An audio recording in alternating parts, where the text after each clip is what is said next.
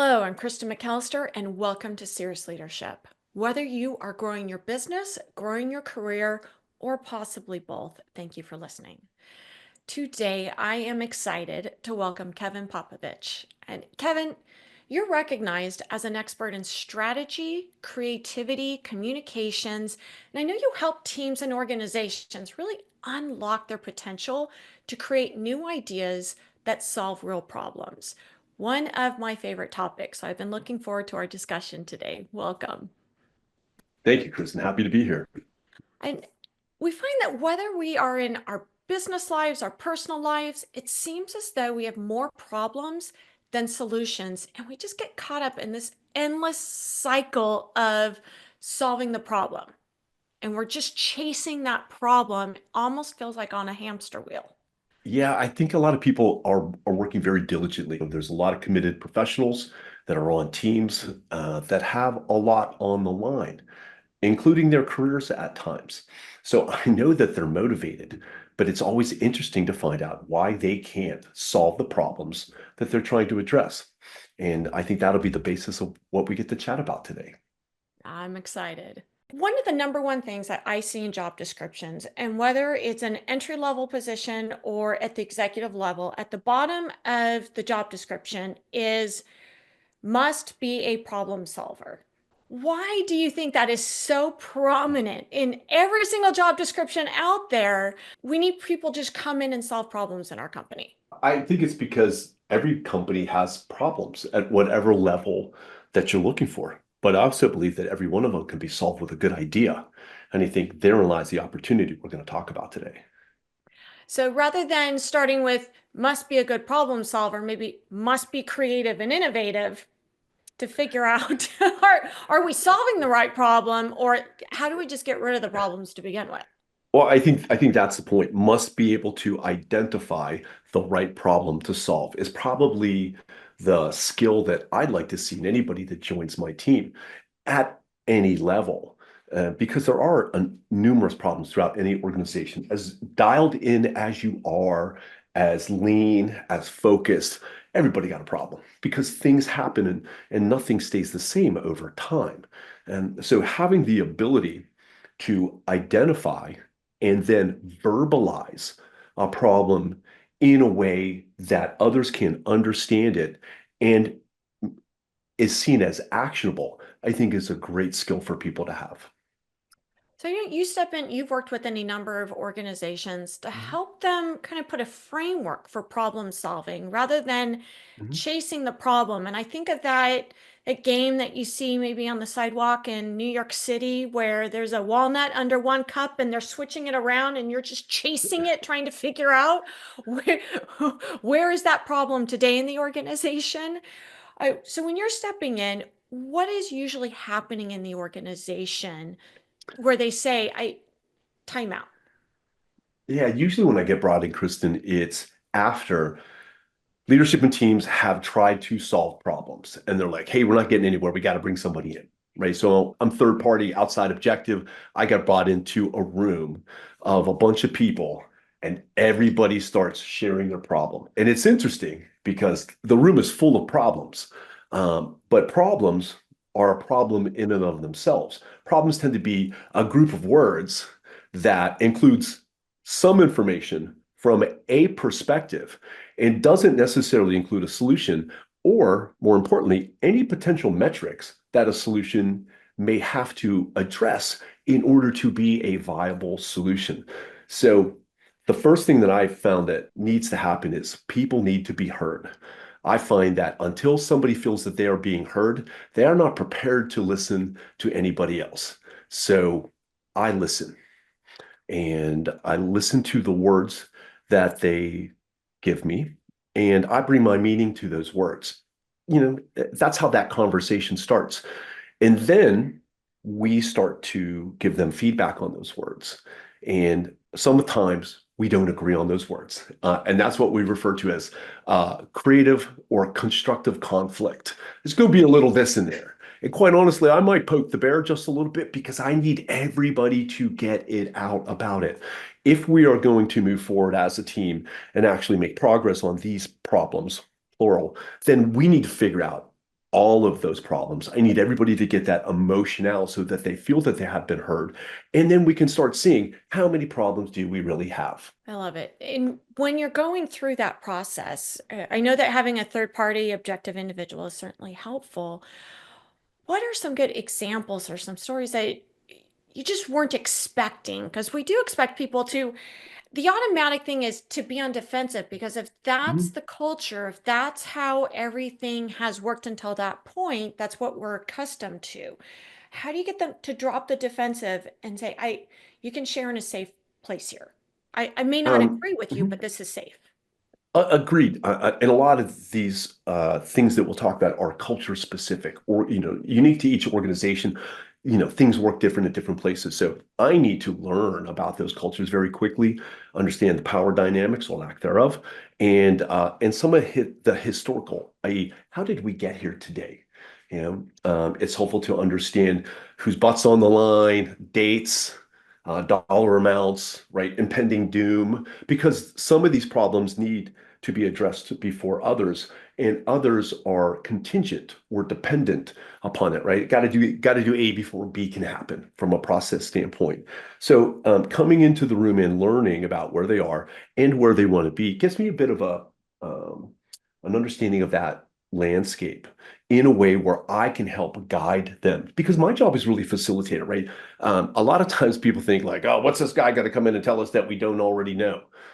That's going to be about process. What I'm not going to come in and tell you is things that you know because you're a subject matter expert, that you're a 20-year plus veteran in this space. I don't know what you know. And I do believe that the answers you are searching for can be revealed through my process. And that's really what the value I think at Kristen is. Third party outside guy. I don't have any skin in the game. I'm here to help you, right? You don't have any beef with me. We didn't go way back and all that kind of stuff. So I need to communicate objectivity, obviously professionalism, and my ability to lead in these tumultuous times for the short time amount that we're together, whether it be a speaking engagement, a workshop, some training, or a consulting project. So that's where I have to start, and I have to demonstrate all those types of things in order to get people to follow me. How do you know when you've gotten to that point? Because we've got it, everyone's got to be in a safe zone. Because especially to Mhm. let that creative juice go. And most people are not creative when they don't Mhm. feel safe, when they don't feel supported and like they belong in this conversation. Yeah. How do you know it's like, all right, we're there. Now we can move forward together. Well, I often am the one that is giving them a stage in the spotlight that perhaps they haven't had before. Uh, I'm demonstrating empathy while I'm listening. I am giving them active feedback, paraphrasing the things that I'm hearing them to verify this stuff. So I'm able to demonstrate, I hope very quickly, that I'm here to help. I'm not here to make it worse, because that's what my job really is. Um, and then through some exercises, where I think that people start feeling empowered and I'm able to demonstrate the value that I'm bringing early in that session, then that really impacts the success throughout that rest of that session, right? So quite honestly, that first 30 minutes is kind of mission critical. I'll tell you, oftentimes I feel like I'm doing a kids party and I'm Bobo the clown, right? We got them all hepped up on coffee and sugary treats early in the morning. The kids are all excited. They've been waiting to play this game and come in and say things that they've been waiting to say for a long time. At times, I thought about learning how to do like balloon animals. I just really to keep them all amused through that process. But if I need to be that as a mechanism to facilitate that, so be it. And obviously I make a couple jokes about having to be the clown up in front of these people, but a lot of times I feel like I'm the punching bag that they didn't have before. Right. And that's okay. I'll take the hits. None of it's personal. I get it. You're frustrated. You do care. Your butt's on the line. I'm here to help. And the sooner that I can demonstrate that early in the process, the faster, more accelerated that relationship can have between Mhm. me and that individual. And then I can help coach them through that other happy space to get them to where they want to be, which is to be heard and to be prioritized. And part of that framework, that magic that you're bringing is, it's not just clicking on those creative juices so that they can come up with those ideas, but it's a framework for when we do have problems, when things don't go well, which they often don't, business or personal lives, how do we address that? And how you mentioned at the beginning, you said a really good word, identify what we Mhm. should be addressing. Yeah. So we have to move from problems to problem statements. And a problem statement is a model that's very prevalent in design when we say it as an Mhm. industry, management consulting, right? How might we model is one that I abide by because I find that it's easy to understand and it's easy to execute. And most importantly, it gets me to where I want to be, which is a single statement to help me understand where your concerns are, the change you want to see, and what KPIs might we use to measure success, Mhm. right? Which is different than just like a rant at the early in the morning. So this process that we teach, how might we, it's got four components. It starts with how might we, which is really a mindset of abundance. It's about potential. So at this beginning, I have to help coach them through mindset.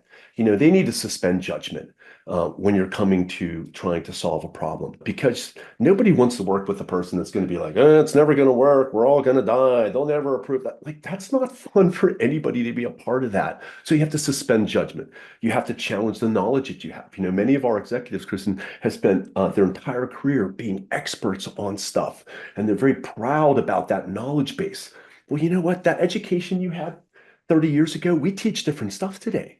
And there's some things that you have in a leadership role that you don't get what happens in labor and management. So sometimes people see you a little disconnected of what's really going on. So we need to make sure you have perspective. So you have to open yourself up to learning more than you've spent your whole career because there's always something more to learn, right? None of us know as much as all of us. And sometimes we have to remind people a little bit of that. You have to challenge your own creativity, right? And you have to kind of increase your observation. Well, again, a lot of times we've been with an organization and team so long, we quit paying attention to things or to people. We start taking them for granted. And we have to kind of reopen our eyes. So all of that mindset comes to how might we? When you look at you mentioned we're so used to, yes, but that won't happen. I know one of those fun exercises that we get to do is, how about the yes and, not the yes, but. And you, Correct. you, Yeah. you can see those people in the organization. Yes, it sounds like I'm agreeing with you, but here's why that won't work. Yeah, that tends to be a little more on that combative side. That yes, and is supposed to give everybody a flyer about the other things they're going to say, and it is very helpful. My dear friend and colleague Karen Tilstra is a big yes and gal, and she's emphasized that in all the work that we've done together. Give a big shout out to Karen. I think the other components that come in this model, the how might we, is sounds easier than it is to Kristen, because we go from how might we to help who. Now, Help Who starts to identify the people involved in the problem. And the rookie mistake that I often see is people pick one group. And there's often multiple groups that are involved in the problem. And I'll give you a quick example. A lot of times, a company is going to say, we have a problem with our customers. I said, really, what's the problem with the customers? Well, the customers want this and customers want that. Well, from that statement alone, I start thinking, well, the customers want something, or is that an innovation issue? Would they want a new product? Is it a support issue? They're not getting something that comes in, right? And innovation and support are two very different problems. But innovation and support are likely engaged in anything that happens to go around the customer. So when we look at involved in the problem, we need to think about all of those stakeholders at that initial consideration. And starting with the how might we, it puts us in a team environment versus I have a problem. Correct. No, if And one of us does, we all do. And then that mhm, service points right. And who is this going to impact? Who is this mhm. going to help? And to continue to thinking about Big picture. mindset, it's how might we help who? Because design thinking, as we teach it, is a mindset of service, right? We are here to serve others. We're not here just to get ours. Now, are you going to get yours out of doing a win on this? Yeah. But you have to lead with, I'm here to help other people. And it does change the way you look at things. When you say help it, in the example that you just gave, I want to tap into this a little bit more. Mhm. Help who? Are we helping our customers because they want this and we want to give it? Or are we helping the friction that that's creating in our organization? Or is it all? Well, those are two different problems, I think.